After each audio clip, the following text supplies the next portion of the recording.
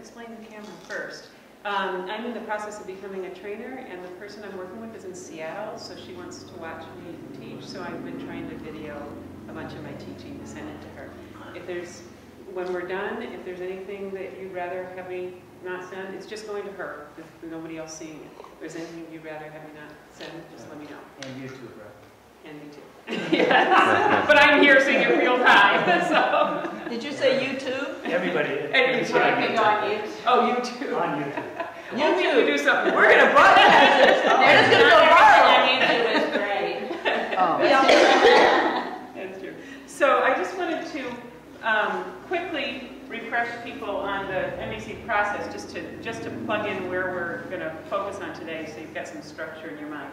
So the NVC process is observation, where you say what happened or what you thought in a neutral way without analysis or judgment. And then you move on to how you felt when that happened, when you observed that happened. And then what needs or values you have that are underlying your feelings. So your feelings point to some universal need that you really wanted or was met. And then the last step is requests. So this is how you act to get your needs met. You can either ask another person or yourself for action or for understanding and connection. So today I was just going to focus on the feelings piece. And I just wanted you to see where it fit in. So feelings, they actually fit right between these things because they come from our thoughts about things. And they point to our needs. So I actually have a great example from my life about how feelings come from thoughts. Sometimes you think this happened, and of course anyone would feel a certain way about it. But my grandmother was diagnosed with lung cancer, terminal lung cancer. And how would you think you might feel? Sad. Yeah. She was Scared. very happy. She was excited. She was very happy. About 3 weeks earlier, she was diagnosed with Alzheimer's disease. And she didn't want to die that way. And she thought, lung cancer, perfect. I have a chance to say goodbye. And it will be long enough for me to get things in order, but not too long. She thought it was a blessing. So it's a great example of how it's our thought and our filter that show us that inform our feelings, not actual events. And our feelings point to our needs. So she had maybe a need for to not suffer, to not make other people suffer. She really wanted Maybe a need for connection, because she knew she could connect well her mind. Yeah. Maybe a need for dignity. For dignity. Give me an example. Yeah. So she had all those needs that were met by that diagnosis. So another thing about feelings that I've noticed, the longer I do this, the more I can forget that NVC is a consciousness, and I can start thinking it's a process. And then what I do is I try to identify my feelings by thinking, how do I feel? And a lot of times what comes out of my mouth then is my assumption about how I would feel if something would happen. So I just wanted to point out that a feeling is really a sense inside your body. It's not, and the words we use for feelings are simply labels. So in other words, somebody might come in and close the door loudly, and I might think, I'm mad, and it actually might be a thought, but when I check in with how my body is, I'm totally relaxed, and I'm actually not angry. So we can sometimes short-circuit the process of actually feeling something by labeling the word. So I wanted to just do a quick check-in around the room and ask you to share a feeling and that you're having right now, but try not to think it. Try to experience it first. So rather than having it go top down, have it come bottom up. What am I feeling in my body? And then put the label on it. Pull a chair up, Ann. Yeah, welcome. Here's a nice spot right there. So I'm going to pass up, these are lists of, very extensive lists of feeling words. And If you want to, you can look at them. If you don't want to, you're welcome not to look at them. Also, anything I ask you to do, I'm hoping that you're going to meet your own needs and not do it if that better meets your needs, so you're welcome to pass. For no reason required. So, I'm going to start Feeling a little anxious. It's not that I'm here, I felt that way all the time. I can't hear you. feeling Anxious. Anxious. I don't have my fingers feel cold. I'm not aware of having an emotional feeling, an emotional affect. So if you, I'm aware of a lot of thoughts going through, but I know the difference. so you're noticing a lot of thoughts, and you notice that you're cold, your hands are cold. I don't have an emotional component going on right now. And is there a sense of calm, or peace, or numbness? Contentment, I guess. Contentment. Thank you. Yeah. Contentment. Yeah, slight. It's Just slight. Yeah. Yeah. Because feelings thankfulness. can change in their magnitude. Yeah. So just slight contentment. Yeah, for being here and for everything. Yeah, thank you. I didn't get it. Mm-hmm. You're surprised. You Yes, didn't know it was in now I there. feel a little surprised. Yeah. Oh, yeah. You're doing great. I've been working at this for years. I'm feeling anticipatory, feeling a lot of anticipation. And And excitement. since I know I can pick on you, Michael, can you just describe how it feels in your body, like as a felt thing? Excitement. So do you feel tingling? Yeah. Yeah. Yeah, the sensation is kind of, tingle, kind of what I call excitement, which is it's a movement. Mm-hmm. Thanks. Pick on me anytime. Okay. I knew you'd say that. Joy, I couldn't find my badge this morning. I'm actually fluctuating back and forth, and it's very weird, between discouragement or just being discouraged and being hopeful.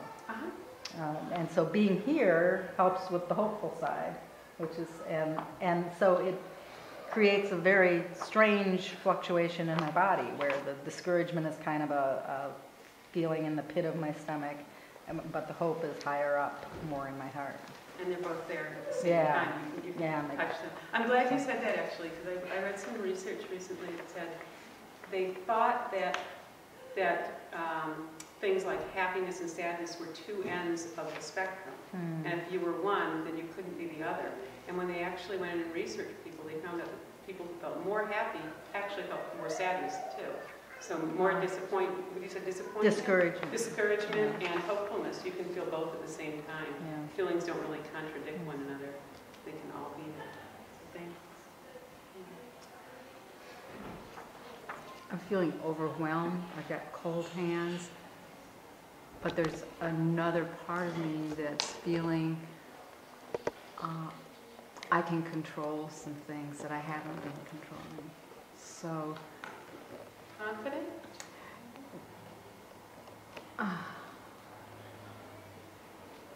no, not confident. Just I know that it's in me somewhere not to feel overwhelmed, and I can do some things about it. But the general feeling is I'm just overwhelmed with life and family. And So right now you're feeling overwhelmed, and you also have a sense that there's some strength somewhere in there. I have a feeling I have the strength there somewhere, and I'm trying to reach for it and magnify it into something to overwhelm the overwhelmed feeling. Yeah. Thank you. Anxious. Hadn't anticipated being here this morning, and in this exercise, what do I find to talk about? And so my chest feels a little constricted right now, so just dealing with the anxiety of having to be here and perform. I perhaps wasn't expecting that this morning. Yeah. So, since you're anxious, do you mind if I pick on you for a minute? Go ahead. You tell me if you'd rather move No, on. that's fine. So this would, I think, probably be a great time to guess needs. So Bruce said he's feeling anxious, and he notices he's thinking that he's going to have to perform and maybe come up with a story. And so, what do you think he might be needing? Reassurance. Reassurance. Is that fit? Yeah, I think so. Belonging, competence. Those are all good. Perhaps Yeah. understanding. Understanding. Mhm. Uh-huh. Yeah. Maybe a need for knowing about this in advance. I don't know what that word is, but I mean, having got things sort of sprung on you. Knowledge, pre-knowledge. Pre-knowledge, yeah.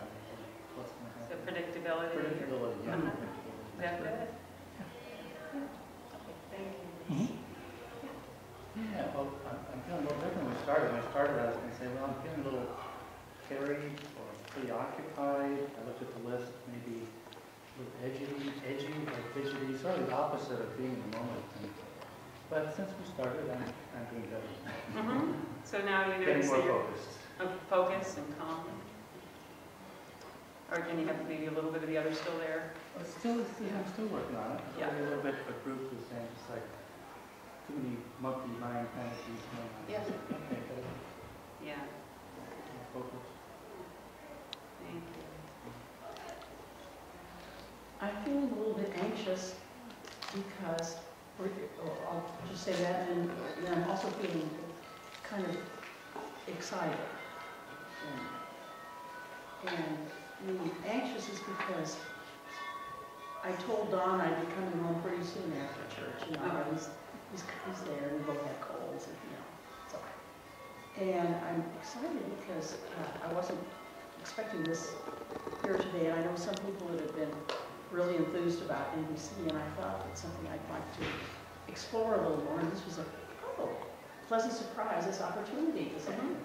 So, and so those are the two reactions. Interesting.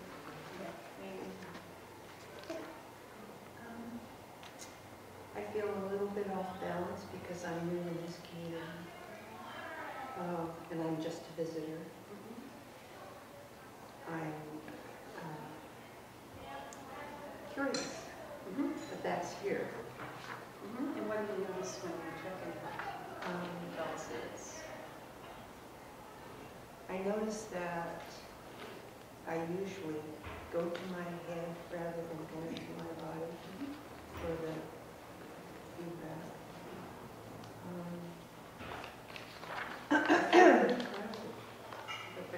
Absolutely amazing dream life. It's how people here have to.